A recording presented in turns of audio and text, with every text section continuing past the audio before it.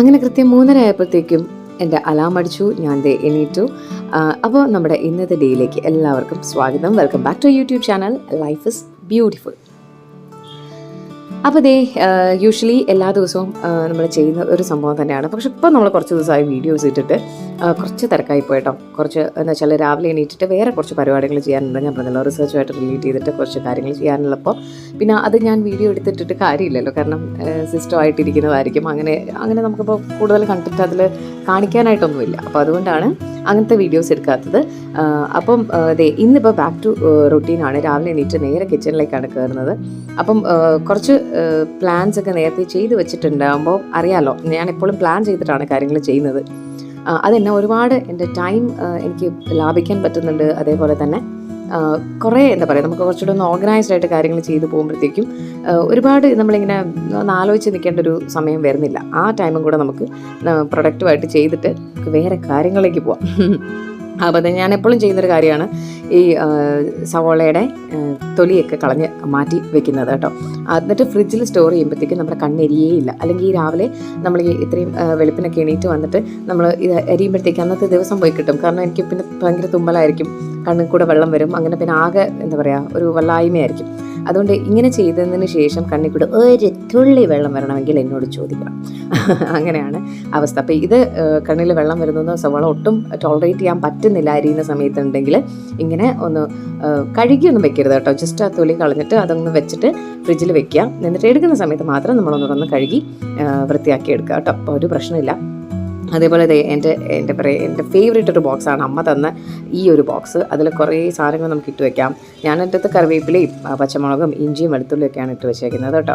അപ്പോൾ ഇത് കുറേ ദിവസത്തേക്കുള്ളത് ഉണ്ടാവില്ല, മേ ബി ഒരു 2-3 ഡേയ്സിലുള്ളത് നമുക്ക് എടുത്ത് വെക്കാൻ പറ്റും. അപ്പം നമ്മുടെ ഈ ബാക്കിയെല്ലാം ഞാൻ ഈ ഇഞ്ചി ആണെങ്കിലും വെളുത്തുള്ളി ആണെങ്കിലൊക്കെ ഞാൻ ഫ്രിഡ്ജിലായിരിക്കും സ്റ്റോർ ചെയ്യുന്നത്. ഫ്രിഡ്ജിൽ പല കാര്യങ്ങളും സ്റ്റോർ ചെയ്യുന്നത് കൊണ്ട് നമുക്ക് ഈ കേട് വരാതിരിക്കുന്നുണ്ട് കേട്ടോ. കാരണം എൻ്റെ പൾസസ് ഒക്കെ എല്ലാം ഞാനിപ്പോൾ ഫ്രിഡ്ജിൽ തന്നെയാണ് സ്റ്റോർ ചെയ്യുന്നത്. കാരണം അപ്പം ഈ ചെറിയ പ്രാണികളോ ഒന്നും വരില്ല. അത് പിന്നെ എന്താ പറയുക, ഇങ്ങനെ പൊടിയായി പോവില്ല, അങ്ങനെയൊന്നും വരുമൊന്നുമില്ല, കേടാവില്ല. അതാണ് സംഭവം. അപ്പോൾ എൻ്റെ സിമ്പിൾ കടലക്കറി റെസിപ്പി എല്ലാവർക്കും അറിയാവുന്ന കാര്യങ്ങളാണ്. ഞാൻ എല്ലാം കൂടെ 1 പോട്ട് കടലക്കറിയാണ് ചെയ്യുന്നത്, പ്രത്യേകിച്ചും ഇങ്ങനത്തെ ബിസി ആയിട്ടുള്ള വർക്കിംഗ് ഡേയ്സിലൊക്കെ. അപ്പോൾ ഞാൻ കടല ഇട്ടിട്ടുണ്ടായിരുന്നു, പിന്നെ കുറച്ച് സവാള ഇട്ടിട്ടുണ്ട്, പച്ചമുളക്, മല്ലിപ്പൊടി, മുളക് പൊടി, പിന്നെന്താ മഞ്ഞൾപ്പൊടി, കുരുമുളക് പൊടി, പെരുംജീരകം, പിന്നെ കുറച്ച് പെരുംജീരകപ്പൊടി, പിന്നെ കുറച്ച് ഗരം മസാല. ഇത്രയും സാധനങ്ങളും കൂടി ഇട്ട് സെറ്റ് ചെയ്തിട്ട് കുറച്ച് ഉപ്പിട്ട് കുറച്ച് വെള്ളം ഒഴിച്ച് കഴിഞ്ഞാൽ തക്കാളി ഇടണം കേട്ടോ. ഇത് ഇത്രയും കഴിഞ്ഞ് കഴിഞ്ഞാൽ ഒരു 4-5 വിസിൽ കഴിയുമ്പോഴത്തേക്കും നമ്മുടെ കടലക്കറി സെറ്റാണ്. പിന്നെ അതിൽ നിന്ന് കുറച്ച് കടല എടുത്ത് അരയ്ക്കുക. വേണമെങ്കിൽ തേങ്ങയൊക്കെ അരച്ച് ചേർക്കാം, ഞാനങ്ങനൊന്നും ചെയ്യാറില്ല. നമ്മുടെ കടലക്കറിയും കൂടെ എടുത്ത് കുറച്ചൊന്ന് അരച്ച് കഴിഞ്ഞാൽ നല്ല കുറുകിയ കടലക്കറി റെഡിയാണ് കേട്ടോ. അപ്പോൾ അത്രയുള്ള സംഭവം. അപ്പോൾ അതിൻ്റെ കാര്യങ്ങൾ നടക്കുന്നുണ്ട്. പിന്നെ ഞാനിന്ന് പുട്ടും കൂടിയാണ് ഉണ്ടാക്കാനിരിക്കുന്നത് കേട്ടോ. അപ്പം അങ്ങനെയാണ് കാര്യങ്ങൾ. പിന്നെ എന്തൊക്കെയുണ്ട് വിശേഷം? എല്ലാവരും സുഖമായിട്ടിരിക്കുന്നു എന്ന് അറിയാം. ഇപ്പം നമ്മുടെ ഡിസംബറിലെ തണുപ്പും കാറ്റുമൊക്കെ വന്നു തുടങ്ങി.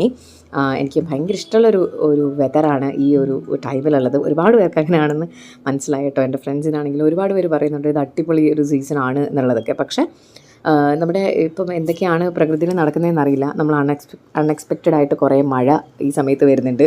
പിന്നെ നമ്മൾ ആ ഒരു ഡിസംബറിൻ്റെ ഒരു കാലാവസ്ഥ ശരിക്കും പറഞ്ഞാൽ ഇപ്പോഴാണ് വന്നത്. ഇതുവരെ ഒരു ഒട്ടും പ്രതീക്ഷിക്കാത്ത വേറെ എന്തൊക്കെയോ ഒരു സമയമായ പോലെയായിരുന്നു എനിക്ക് ഫീൽ ചെയ്തത്. നിങ്ങൾക്ക് അങ്ങനെ തോന്നിയിട്ടുണ്ടെങ്കിൽ പറയണം കേട്ടോ, കമൻറ്റ് ചെയ്യണേ.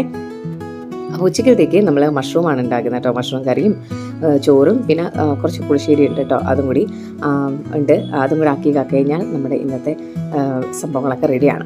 അപ്പോൾ നാളത്തെ കാര്യങ്ങളാണ് കുറച്ചുകൂടെ ഉഷാറായിട്ട് ചെയ്യേണ്ട കാര്യങ്ങൾ. നാളെ മോളുടെ സ്കൂളിൽ കമ്മ്യൂണിറ്റി ലഞ്ചാണ്. അപ്പം ഇവർ എല്ലാവരും ഓരോ ഐറ്റംസ് കൊണ്ടുപോകണം, 1, 2, 3 കൊണ്ടുപോകാം. അപ്പം ഞാൻ ഓപ്റ്റ് ചെയ്തിരിക്കുന്നത് പനീർ കറിയും പനീർ ബട്ടർ മസാലയും അതേപോലെ നമ്മുടെ ഇതുണ്ടല്ലോ വെജിറ്റബിൾ കറി, മിക്സ്ഡ് വെജിറ്റബിൾ കറി ഞാനൊരു കുറുമ പോലെ ആക്കി ഇത് രണ്ടും കൊടുക്കാം എന്നാണ് വിചാരിക്കുന്നത്. അപ്പോൾ ഞാൻ ശരിക്കും കോളേജ് അടച്ചതിന് ശേഷം ആയിരുന്നെങ്കിൽ എനിക്ക് കുറച്ചുകൂടെ സമയം എടുത്തൊക്കെ ചെയ്ത് കൊടുക്കാമായിരുന്നു. പക്ഷേ ഇത് കോളേജ് അടയ്ക്കുന്നതിന് മുന്നേ തന്നെ ആയതുകൊണ്ട് ഞാൻ രാവിലെ തന്നെ കുറച്ചുകൂടെ ഒന്ന് സ്പീഡപ്പ് ആക്കണം നാളത്തെ കാര്യം. അപ്പോൾ എന്താണെങ്കിലും പോട്ടെ, അതൊരു ഹാപ്പിനെസ് ആണ്. എനിക്കങ്ങനെ ചെയ്തു കൊടുക്കാൻ ഭയങ്കര ഇഷ്ടമുള്ള കാര്യമാണ്. പിന്നെ അവർക്കാണെങ്കിലും ഭയങ്കര പ്രൗഡ് ഫീലിംഗ് ആണല്ലോ. ഞാനിതൊക്കെ കൊണ്ടുവന്നു, ഞാനിതൊക്കെ എൻ്റെ അമ്മ ഇതൊക്കെ ഉണ്ടാക്കി തന്നു, അത് സെർവ് ചെയ്യുമ്പോഴത്തേക്കും ഉള്ളൊരു സന്തോഷം എന്ന് പറഞ്ഞാൽ പ്രത്യേകിച്ചും പിയയ്ക്ക് അങ്ങനത്തെ സന്തോഷങ്ങളൊക്കെ കുറച്ച് കൂടുതലാണ്. അപ്പോൾ എന്താണെങ്കിലും ആ സാധനങ്ങളൊക്കെ നാളെ സെറ്റ് ചെയ്യണം. അപ്പോൾ ഇന്ന് വൈകുന്നേരം വന്നിട്ട് അതിൻ്റെ കുറച്ച് പ്രിപ്പറേഷൻസ് കാര്യങ്ങളൊക്കെ ഉണ്ട്. അപ്പോൾ ദേ ഏട്ടൻ എനിക്ക് അവിടെ നിന്ന് തേങ്ങ തിരികെ തരികയാണ്. അപ്പം ഞാൻ ഫ്രിഡ്ജിൽ തേങ്ങ ഉണ്ടെന്നാണ് വിചാരിച്ചത്, പക്ഷേ ഇല്ല. ഞാൻ പറഞ്ഞല്ലോ ഇപ്പോൾ കുറച്ച് തിരക്കായിട്ട് ഞാൻ വേറെ നമ്മുടെ ഈ റിസർച്ചിൻ്റെ കുറച്ച് തിരക്കിലായതുകൊണ്ട് ഞാൻ കൃത്യമായിട്ട് ഫോളോ ചെയ്യുന്നുണ്ടായിരുന്നില്ല എന്തൊക്കെയുണ്ട് ബാക്കി ഫ്രിഡ്ജിൽ നിന്നുള്ളത് നോക്കിയില്ല. അതാണ് സംഭവം പറ്റിപ്പോയത്. എന്താണെങ്കിലും രാവിലെ നല്ല ഫ്രഷ് ആയിട്ട് തേങ്ങ ഏട്ടൻ തിരികെ തരുന്നുണ്ട്. പിന്നെ ഇത് ഈ പുട്ടുപൊടി ഞാൻ പറഞ്ഞല്ലോ, എനിക്ക് ഈ പൊടിച്ചെടുക്കുന്ന വറുത്ത് പൊടിക്കുന്ന പുട്ടുപൊടി ഭയങ്കര ഇഷ്ടമാണ്. അല്ലാണ്ട് നമ്മൾ ഈ പാക്കറ്റിൽ ഇപ്പം നമ്മൾ വാങ്ങിക്കുന്ന ഈ സ്റ്റീംഡ് അല്ലാതെ ഈ സാധാരണ നമ്മുടെ വീട്ടിൽ പൊടിച്ചെടുക്കുന്ന പുട്ടുപൊടിയാണ് ഇഷ്ടം കേട്ടോ. അത് തീരാറായതിൻ്റെ ചെറിയൊരു സങ്കടമുണ്ട്. ഇത് പാലക്കാട് നിന്ന് അവിടുത്തെ അമ്മ തന്നു വിട്ടതാട്ടോ. അപ്പോൾ അതൊക്കെ കുഴച്ച് വെച്ചിട്ടുണ്ട്. ഇപ്പം ഞാൻ എക്സ്പേർട്ട് ആയിട്ടുണ്ട്. കാരണം നേരത്തെ ഞാനത് ചൂടുവെള്ളത്തിലായിരുന്നു കുഴയ്ക്കുന്നത്. ഒരു ദിവസം പാലക്കാട് വന്നപ്പോഴത്തേക്കും അമ്മ വളരെ സിമ്പിളായിട്ട് പച്ചവെള്ളത്തിൽ ഇത് കുഴച്ചുകൊണ്ടിരിക്കും. ഞാൻ അമ്മ ഇത് ചെയ്ത് എങ്ങനെ ശരിയാവുന്നുണ്ട്. അപ്പം ഞാൻ ഉണ്ടാക്കിയതിനെക്കാട്ടി സോഫ്റ്റായിട്ട് അമ്മ ഉണ്ടാക്കിയിട്ടുണ്ടായിരുന്നു. അപ്പം എനിക്ക് മനസ്സിലായി ചൂടുവെള്ളത്തിലൊന്നും കാര്യമില്ല, കുഴയ്ക്കുന്നതിലാണ് ഇതിൻ്റെ കാര്യം. അങ്ങനെ ഞാനിപ്പോൾ അത് സെറ്റാക്കി റെഡിയാക്കിയിട്ടുണ്ട് കേട്ടോ. പിന്നെ ഈ മഷ്റൂം കറി നമ്മൾ ഇങ്ങനെ വെച്ചിട്ടുണ്ടെങ്കിൽ നമുക്ക് പല രീതിയിൽ വെക്കാം. ഞാൻ കഴിഞ്ഞ ദിവസം സിമ്പിളായിട്ട് ചപ്പാത്തിൻ്റെ കൂടെ ഇവിടെ എനിക്ക് എറണാകുളത്ത് ഡ്യൂട്ടി ആയിരുന്ന സമയത്ത് ഇതേപോലെ ഞാനൊരു സിമ്പിളായിട്ടുള്ളൊരു മഷ്റൂം കറി ഉണ്ടാക്കിയിട്ടുണ്ടായിരുന്നു. കുറച്ച് സോയാ സോസും കുറച്ച് ടൊമാറ്റോ സോസും ഒക്കെ വെച്ചിട്ട് ഒരു എന്താ പറയുക, ഒരു ജസ്റ്റ് ഒരു പ്ലെയിൻ ഫീലിംഗ് ആയിട്ടുള്ള കുറച്ച് ബട്ടറൊക്കെ ഇട്ടിട്ട് ചെയ്തിട്ടുണ്ടായിരുന്നു. അത് നല്ല ടേസ്റ്റാണ്. പക്ഷേ ചോറിൻ്റെ കൂടെ ആയതുകൊണ്ടാണ് ഞാൻ ഈ ഒരു മുളകിട്ട ഒരു മഷ്റൂം കറി വെക്കുന്നത് കേട്ടോ. ഇത് നല്ല ടേസ്റ്റാണ്. ഇത് മാത്രം മതി കഴിക്കാനായിട്ട്. ആൻഡ് വൈറ്റമിൻ ഡി റിച്ച് ആണല്ലോ. അപ്പോൾ അതേ 4:10 സമയം അപ്പോഴേക്ക് ഏകദേശം കുറേ പണികളൊക്കെ കഴിഞ്ഞ് ഇരിക്കുന്നുണ്ട്. പിന്നെ എന്താണ് വിശേഷം? നമ്മൾ കഴിഞ്ഞ ദിവസം ഞാനൊരു വീഡിയോ കണ്ടതാണ് കേട്ടോ. റോളർ കോസ്റ്ററിൽ പോകാൻ ഒരു കുഞ്ഞിന് ഭയങ്കര ഒരു താല്പര്യം, പക്ഷെ വളരെ പൊടിയാണ് കേട്ടോ. അപ്പോൾ ആൾക്കതിൽ പോകാനുള്ളൊരു പ്രായമൊന്നും ആയിട്ടില്ല. അപ്പം അതിൻ്റെ അമ്മ ചെയ്തൊരു കാര്യമാണ്, അതായത് നമ്മുടെ ചെയറുണ്ടല്ലോ, ഒരു കസേര തിരിച്ചു വെച്ചിട്ട് അതിൻ്റെ അകത്ത് ഇരുത്തി ഒരു എന്താ പറയുക പില്ലോ ഒക്കെ വെച്ച് അതിൻ്റെ അകത്ത് ഇരുത്തിയിട്ട് റോളർ കോസ്റ്ററിൽ അതിൻ്റെ ഒരു വീഡിയോ, അതായത് അതിൽ പോകുന്നതിൻ്റെ ഒരു വീഡിയോ ഭയങ്കര വോളിയൊക്കെ കൂട്ടി ഇങ്ങനെ TV-യിൽ പ്ലേ ചെയ്തിട്ട് ആ വീഡിയോ പ്ലേ ചെയ്തിട്ട് ഈ കുഞ്ഞിന് ആ ഒരു എഫക്റ്റ് കൊടുക്കുകയാണ് അമ്മ. ലൈക്ക് ആ കുഞ്ഞ് അതിലിരുന്ന് ട്രാവൽ ചെയ്യുന്നത് പോലെ അതിൻ്റെ ഒരു മ്യൂസിക്കും അതിൻ്റെ ഒരു എന്താ പറയുക ഒരു ശബ്ദമൊക്കെ കേൾക്കുമ്പോഴത്തേക്ക് തന്നെ കുഞ്ഞിന് ആ ഒരു ഫീലിംഗ് ഉണ്ട്. And also by shaking the chair, ആ ചെയറൊക്കെ കുഞ്ഞായിട്ടൊന്ന് ഷെയ്ക്ക് ചെയ്തത് മേളിലോട്ട് താഴോട്ടൊക്കെ എടുത്തിട്ട് ആ കുഞ്ഞിനൊരു ഫീലിംഗ് കൊടുത്തത്. ഞാനിപ്പോൾ ആലോചിച്ചൊരു കാര്യമാണ്, നമ്മൾ പലരും ഈ നമ്മുടെ കുഞ്ഞുങ്ങളെ ചെറിയ ചെറിയ ഹാപ്പിനെസ്, അല്ലെങ്കിൽ നമുക്കാണെങ്കിലും ചെറിയ ചെറിയ ഹാപ്പിനെസ് വേണമെങ്കിൽ നമ്മൾ വലിയ കാര്യത്തിന് വേണ്ടി വെയിറ്റ് ചെയ്യും ടു ബി ഹാപ്പി. അല്ലെങ്കിൽ നമ്മളിപ്പോൾ ആണെങ്കിൽ എപ്പോഴും പറയാറുണ്ട് ഇങ്ങനെ ഇതേപോലെ അമ്യൂസ്മെൻറ്റ് പാർക്സിലൊക്കെ പോകണം, എന്നിട്ട് റോളർ കോസ്റ്ററിലൊക്കെ കയറണമെന്ന്. പക്ഷേ ആൾ കയറി കഴിഞ്ഞാൽ ആൾ പേടിക്കും. ആ ഒരു പ്രായം ആയിട്ടില്ലല്ലോ. പിന്നെ എൻ്റെ ഇടയിൽ കൂടെ വല്ലതും പോകാനോ എന്നൊക്കെ ഉള്ളൊരു പേടി എനിക്കുണ്ട്. അപ്പോൾ അങ്ങനെ ഞാൻ നോക്കുമ്പോഴത്തേക്കും ഇങ്ങനത്തെ ഒരു അടിപൊളി വീഡിയോ കണ്ടിട്ടുണ്ട്. അപ്പോൾ കുഞ്ഞു മക്കളൊക്കെ ഉള്ളവർക്ക് അതൊന്ന് ട്രൈ ചെയ്യാവുന്നതാണ്. അതായത് ഒരു ചെയറൊന്ന് ബാക്കിൽ തിരിച്ചിട്ടിട്ട് അതിൻ്റെ അകത്തൊരു എന്താ പറയുക ഒരു പീസ് ഓഫ് ക്ലോത്ത് അല്ലെങ്കിൽ ഒരു എന്താ പറയുക പില്ലോ ഒക്കെ വെച്ചിട്ട് അതിൻ്റെ അകത്ത് കുഞ്ഞിനെ ഇരുത്തി കംഫർട്ടബിൾ ആക്കിയിട്ട് ആ ചെയർ ജസ്റ്റ് അങ്ങോട്ടും ഇങ്ങോട്ടും നമ്മൾ വണ്ടി ഓടിക്കുന്ന പോലെ ഒന്ന് കാണിച്ച് കഴിയുമ്പോഴത്തേക്കും വിത്ത് ദ വീഡിയോയിലാണ് എഫക്റ്റ് ഉള്ളത് കേട്ടോ. അപ്പോൾ നമ്മൾ ആ ഒരു സ്ഥലത്ത് പോയി എന്നുള്ളൊരു ഫീലിംഗ് കുഞ്ഞിനെ കിട്ടും. കുഞ്ഞും അമ്മയും ഭയങ്കര ഹാപ്പി, ഭയങ്കര ചിരിക്കുന്ന ഒരു വീഡിയോ ആയിരുന്നു കേട്ടോ. അപ്പോൾ ദാറ്റ് മെയ്ഡ് മൈ ഡേ എന്ന് പറയാമല്ലോ. നമുക്ക് ആ ഒരു വീഡിയോ, ചില വീഡിയോസ് കാണുമ്പോൾ നമ്മൾ ഭയങ്കര ഹാപ്പി ആയിരിക്കും, നമുക്ക് ആ ഒരു ചിരി മുഖത്ത് വരും അല്ലേ. ചിരി മുഖത്ത് വരുന്നൊരു കാര്യം പറഞ്ഞപ്പോൾ മറ്റൊരു കാര്യം പറഞ്ഞു, ചിരിയുടെ ഒരു ഇമ്പോർട്ടൻസും കൂടെ നമ്മൾ അറിയണം. നമ്മളെപ്പോഴും, എന്നെ സംബന്ധിച്ചിടത്തോളം ഞാൻ എപ്പോഴും ചിരിച്ചുകൊണ്ട് നടക്കുന്ന ഒരാളാണ്. അപ്പം പണ്ടൊക്കെ കോളേജിൽ പഠിക്കുന്ന സമയത്തൊക്കെ നമ്മൾ ഈ ഇലക്ഷനൊക്കെ നിൽക്കുന്ന സമയത്ത് ഇലക്ഷൻ ഉണ്ടായിരുന്നു. ഞാൻ ഏതാ പാർട്ടി എന്താണെന്നൊന്നും എനിക്കറിയാത്തൊരു സമയത്ത് ചേച്ചിമാർ എൻ്റെ അടുത്ത് പറഞ്ഞു, മോളെ എല്ലാ ക്ലാസ്സിലും പോയിട്ട് പാട്ട് പാടണം കേട്ടോ. പാട്ട് പാടുമ്പോഴത്തേക്കും നമുക്ക് ആളെ കിട്ടും, വോട്ടിങ്ങിന് ആൾ വരും, നമ്മൾ വോട്ട് ചെയ്യും, നമ്മുടെ ഇത് ജയിക്കും എന്നൊക്കെ പറഞ്ഞു. അപ്പോൾ എനിക്കപ്പോഴും ഇത് പാർട്ടി ബേസ്ഡ് ആണ് നമ്മുടെ ഇലക്ഷൻ എന്നുള്ളതൊന്നും എനിക്കറിയില്ല. അപ്പോൾ എൻ്റെ വിചാരം ആർട്സ് ക്ലബ് സെക്രട്ടറിയോ അങ്ങനെ എന്തോ ആണെന്ന് വിചാരിച്ചിട്ട് ഞാൻ വിചാരിച്ചു ആർട്സ് അല്ലേ, ആർട്സ് എന്ന് പറഞ്ഞൊരു കോളേജിൻ്റെ കലാപരമായ കാര്യങ്ങളാണല്ലോ, അതിൽ താല്പര്യമുണ്ട്, നമ്മളൊരു കലാകാരിയാണല്ലോ, അങ്ങനെ വിചാരിച്ചിട്ട് ഞാനും സെറ്റായിട്ടെന്നൊക്കെ പറഞ്ഞു. ഓക്കെ എന്ന് പറഞ്ഞ് ഓരോ ക്ലാസ്സിലും പോയിട്ട് ഓക്കെയിൽ സ്വിച്ച് എടുത്ത പോലെ ശ്വേത പാടിക്കോളൂ എന്ന് പറഞ്ഞു ഞാൻ പാടും. നമുക്ക് പാടാൻ കിട്ടുന്ന ഒരു അവസരം നമ്മൾ കളയില്ലല്ലോ. അപ്പം അങ്ങനെ പാടി പോയി അവസാനമാണ് മനസ്സിലാക്കിയത്, ഞാൻ ഓൾമോസ്റ്റ് ആ ഒരു സ്റ്റേജിൽ കയറി പ്രസംഗിക്കാൻ പറഞ്ഞപ്പോഴാണ് എനിക്ക് ഇവർ പറയുന്ന കാര്യത്തിൽ മനസ്സിലായപ്പോഴാണ് ഇത് പാർട്ടി ബേസ്ഡ് ആണെന്നുള്ളത് അറിയുന്നത്. അപ്പോഴും സംഭവം അതൊന്നും അല്ല ഞാൻ പറഞ്ഞു വന്നത്. നമ്മൾ അവിടെ ചെന്നിട്ടാണെങ്കിലും ഈ ചിരിക്കുന്നത്, അതായത് ഞാൻ എപ്പോഴും നമ്മുടെ ഓപ്പോസിറ്റ് ടീം അല്ലെങ്കിൽ ഏത് പാർട്ടിയോട് ഉള്ള ആൾക്കാരെ കണ്ടിട്ട് ഞാൻ ചിരിക്കുമായിരുന്നു കേട്ടോ. അപ്പോൾ ഇവരൊക്കെ ആദ്യം എന്നോട് കണ്ട് ചിരിച്ചുകൊണ്ടിരുന്നവരെ പെട്ടെന്ന് ചിരിയങ്ങ് മാറ്റി, കാരണം ഞാൻ അവരുടെ ഓപ്പോസിറ്റ് ടീമാണല്ലോ. അങ്ങനെ എനിക്ക് മനസ്സിലായി. എൻ്റെ കൂടെയുള്ള ചേച്ചിമാരൊക്കെ പറഞ്ഞു, നീ എന്തിനാ ഈ എല്ലാവരും കണ്ടുകൊണ്ട് കീന്ന് പറഞ്ഞ് ചിരിച്ചുകൊണ്ടിരിക്കുന്നത്, ഇനി നമ്മൾ കുറച്ച് സീരിയസ് ആവണം എന്നൊക്കെ പറഞ്ഞു. അപ്പോൾ ഞാൻ വിചാരിച്ചു ശരിയാണ്, ഇനി നമ്മൾ സീരിയസ് ആവണം, കാരണം നമ്മുടെ എല്ലാവരും നമ്മളടുത്ത് തിരിച്ചങ്ങനെ റെസ്പോണ്ട് ചെയ്യണം എന്നില്ല, അതുകൊണ്ട് ഇനി ചിരിയൊക്കെ നിർത്താമെന്ന് പറഞ്ഞിട്ട് സീരിയസ് ആയി. അയ്യോ എനിക്ക് പറ്റുന്നേ ഉണ്ടായിരുന്നില്ല. ഒരു മാക്സിമം ഒരു ഒരു 3-4 ഡേയ്സ് ഞാൻ എങ്ങനെയോ പിടിച്ചു നിന്നു. അതിനുശേഷം വീണ്ടും എനിക്ക് ചിരി വരും. ചിരി എന്ന് വെച്ച് കഴിഞ്ഞാൽ ഓപ്പോസിറ്റ് ഒരാൾ നടന്നു വരുമ്പോഴത്തേക്കും ഞാൻ ചിരിക്കും സ്വാഭാവികമായിട്ട്. ഒരു വെൽക്കമിങ് അല്ലെങ്കിൽ അങ്ങനെ ഒരു സന്തോഷത്തോടു കൂടി ഞാൻ അവരെ സ്വീകരിക്കാനുള്ള ഒരു സാധനം എനിക്കുണ്ട്. അപ്പം ഞാനതിങ്ങനെ ചിരിച്ചുകൊണ്ടേ ഇരിക്കുമ്പോഴത്തേക്കും ഇവർ വീണ്ടും വിചാരിക്കുന്നത് ജയിച്ചതിൻ്റെ അഹങ്കാരമാണ്, കളിയാക്കലാണ്, അങ്ങനത്തെയൊക്കെയാണ്. പിന്നീട് എനിക്ക് മനസ്സിലായി ബാക്കിയുള്ളവർ എന്ത് ചിന്തിച്ചാലും വേണ്ടിയില്ല, ചിരിക്ക് ഒരുപാട് ബെനിഫിറ്റ്സ് ഉണ്ട്. അത് അന്നല്ല എനിക്ക് മനസ്സിലായത്, പിന്നീടാണ് എനിക്ക് മനസ്സിലായത്. അന്ന് ബെനിഫിറ്റ്സ് എന്തൊക്കെയാണെന്നുള്ളതൊന്നും അറിഞ്ഞിട്ടൊന്നുമല്ല. എൻ്റെ മെൻ്റൽ ഹാപ്പിനെസ്സിന് എനിക്കൊരു ചിരി ഉണ്ടാക്കണം, അല്ലെങ്കിൽ എൻ്റെ മനസ്സിൽ ഞാൻ എപ്പോഴും ചിരിച്ച് നടക്കണം. അതുകൊണ്ട് എനിക്ക് സന്തോഷമേ ഉണ്ടെങ്കിൽ എന്തുകൊണ്ട് ഞാനത് വേറെ ഒരാൾക്ക് വേണ്ടിയിട്ട് അല്ലെങ്കിൽ ആർക്കൊക്കെയോ വേണ്ടിയിട്ട് ഞാൻ ആ ചിരി നിർത്തേണ്ട കാര്യമില്ലല്ലോ. അങ്ങനെ അപ്പോൾ പിന്നീട് എൻ്റെ റിസർച്ചൊക്കെ ചെയ്തപ്പോഴാണ് എനിക്ക് മനസ്സിലായത് ചിരി എന്ന് പറയുന്നത് നമ്മുടെ ഒരുപാട് ഹെൽത്ത് ബെനിഫിറ്റ്സ് ഉള്ളൊരു കാര്യമാണ്.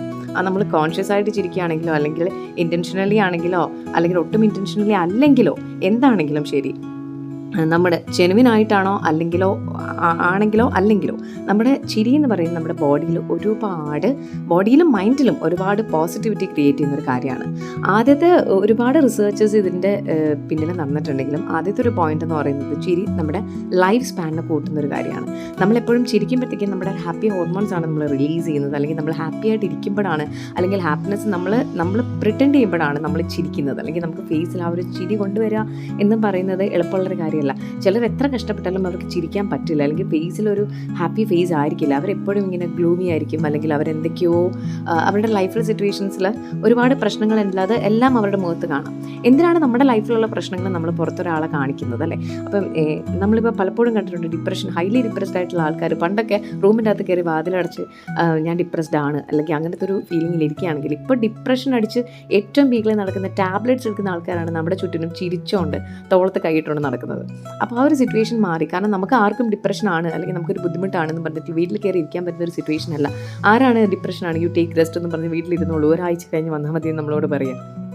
നമ്മുടെ എന്താ പറയുക വർക്ക് അല്ലെങ്കിൽ നമ്മുടെ വർക്ക് പ്ലേസിൽ നമ്മളെ റീപ്ലേസ് ചെയ്ത് വേറെ ഒരാളെ എടുക്കുമായിരിക്കും. പക്ഷേ നമ്മളുടെ ഒരു ഹാപ്പിനെസ് അല്ലെങ്കിൽ നമ്മുടെ ഒരു ഇൻകമിനും നമ്മുടെ കാര്യങ്ങൾക്കും എല്ലാം വേണ്ടിയിട്ട് നമുക്ക് ജോലിക്ക് പോയേ പറ്റത്തുള്ളൂ. അപ്പോൾ ആ സമയത്ത് പല സമയത്തും നമ്മൾ എത്ര ഡിപ്രസീവ് ആയിട്ടാണ് ഇരിക്കുന്നതെങ്കിലും നമ്മൾ മുഖത്ത് ആ ഒരു ചിരിയോടുകൂടി നമ്മൾ പുറത്തോട്ട് പോവുകയാണെങ്കിൽ നമുക്ക് ചുറ്റുമുള്ളവർ വിചാരിക്കുന്നത് എന്താ അറിയോ, നമുക്കൊരു പ്രശ്നങ്ങളില്ല, നമ്മളെപ്പോഴും ഹാപ്പിയാണ് എന്നുള്ളൊരു സംഭവമാണ്. അവരെങ്ങനെ വിചാരിച്ചോട്ടെ, അതല്ലേ നല്ലത്.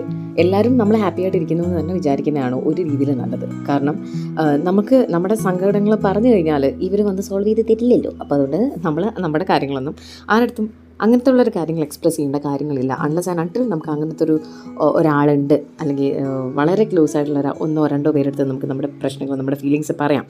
ബാക്കിയുള്ളവർക്ക് നമ്മുടെ ആ ഒരു ചിരിച്ച ഫേസ് തന്നെ കാണട്ടെ, അത് തന്നെയാണ് നല്ലത്. ആൻഡ് ഓൾസോ നമ്മുടെ സ്ട്രെസ്സിനെ റിലീവ് ചെയ്യാൻ പറ്റുന്ന ഒരു വലിയൊരു പോസിറ്റിവിറ്റി ഉള്ളൊരു കാര്യമാണ് ചിരി എന്ന് പറയുന്നത്. നമ്മൾ ഒന്ന് പൊട്ടിച്ചിരിക്കുക, അല്ലെങ്കിൽ നമ്മൾ ഭയങ്കര സ്ട്രെസ്ഡ് ആയിട്ടിരിക്കുമ്പോഴത്തേക്ക് ഒന്ന് ട്രൈ ചെയ്ത് നോക്കിയാൽ മതി. നമ്മൾ പറയും പാട്ട് കേൾക്കണം, ഭയങ്കര സ്ട്രെസ് റിലീവറാണ്. അതിനോടൊപ്പം തന്നെ അതേപോലെ തന്നെ കോമഡി വീഡിയോസ് കാണുക കേട്ടോ. നിങ്ങൾ എന്തെങ്കിലും സ്കിറ്റുകളോ അങ്ങനത്തെ ഇപ്പോൾ ഒരുപാട് കാര്യങ്ങൾ നമുക്ക് സോഷ്യൽ മീഡിയയിൽ തന്നെ നമുക്ക് അങ്ങോട്ട് സ്ക്രോൾ ചെയ്യുമ്പോഴത്തേക്ക് കാണാൻ പറ്റത്തില്ല. അങ്ങനത്തെ സാധനങ്ങളൊക്കെ കാണുമ്പോഴത്തേക്കും ഭയങ്കര നമ്മൾ പോലെ അറിയാണ്ട് നമ്മൾ ചിരിച്ചു. കഴിഞ്ഞ ദിവസം ഞാൻ ഏതൊക്കെയോ വീഡിയോസ് കണ്ടിട്ട് ഞാൻ ട്രെയിനിൽ കിടന്നിട്ട് വെറുതെ ചിരിക്കുകയായിരുന്നു. എൻ്റെ അപ്പുറത്തിരിക്കുന്ന ആൾ അവസാനം നോക്കണം എന്തോ പ്രശ്നമുണ്ട് എന്നുള്ളത്. പക്ഷേ അതല്ല, എനിക്ക് ഭയങ്കരമായിട്ട് ഒരു സ്കിറ്റ് കണ്ടിട്ട് അല്ലെങ്കിൽ ചെറിയ ചെറിയ വീഡിയോസ് നമ്മൾ കാണുമ്പോഴത്തേക്കും ഭയങ്കര ചിരി തോന്നും. ആ ചിരി അങ്ങോട്ട് ചിരിക്കുമ്പോൾ തന്നെ നമ്മൾ ഭയങ്കര കാമാവും. അതിനുശേഷം സുഖമായിട്ട് കിടന്നുറങ്ങി കേട്ടോ. അപ്പോൾ നമുക്ക് എന്തെങ്കിലും സ്ട്രെസ്ഡ് ആയിട്ടുണ്ടെങ്കിലും നമ്മൾ ഇങ്ങനത്തെ വീഡിയോസ് ഒക്കെ കാണുമ്പോഴത്തേക്കും നമുക്ക് ഭയങ്കര ഒരു എന്താ പറയുക, സ്ട്രെസ്സിനെ റിലീവ് ചെയ്യാൻ പറ്റുന്ന ഒരു ഏറ്റവും വലിയൊരു ബിഗ് ഫാക്ടർ ഒളിഞ്ഞു കിടക്കുന്ന ഒരു സംഭവമാണ് ചിരി എന്ന് പറയുന്നത്.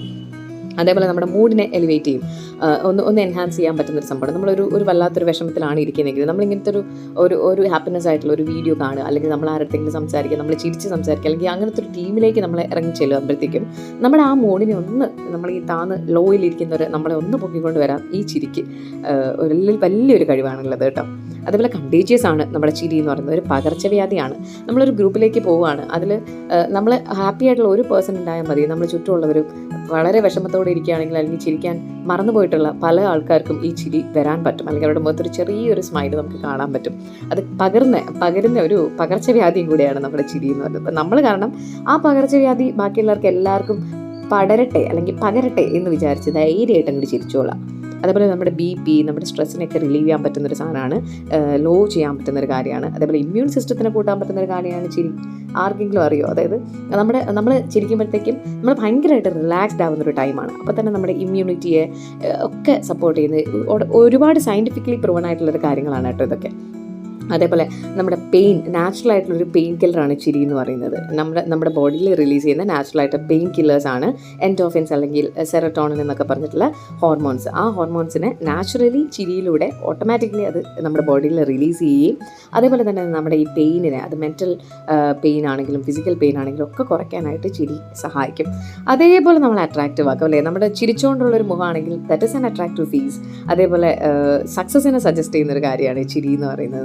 നമ്മൾ സക്സസ്ഫുൾ ആണ് ലൈഫിൽ എന്നുള്ളത് ബാക്കിയുള്ള ആൾക്കാർക്ക് തോന്നുകയാണെങ്കിൽ, whether we are not successful അല്ലെങ്കിൽ വി ആർ സക്സസ്ഫുൾ ആണെങ്കിലും അല്ലെങ്കിലും നമ്മൾ ആ ഒരു ഫീലിംഗ് കൊടുക്കാൻ പറ്റുന്നൊരു കാര്യമാണ്. ആൻഡ് ഓൾസോ പോസിറ്റിവിറ്റി ഫീൽ ചെയ്യുന്നൊരു കാര്യമാണ്. അപ്പോൾ അതുകൊണ്ട് ചിരിക്കാൻ ആരെങ്കിലും മറന്നിട്ടുണ്ടെങ്കിൽ നമ്മുടെ വീഡിയോ തീരുന്നതിന് മുന്നേ ചിരിച്ച് തുടങ്ങിക്കോളൂ. Be happy, stay positive, life is beautiful. ഞാൻ ദേ പോന്നു. Tata bye, see you, love you all.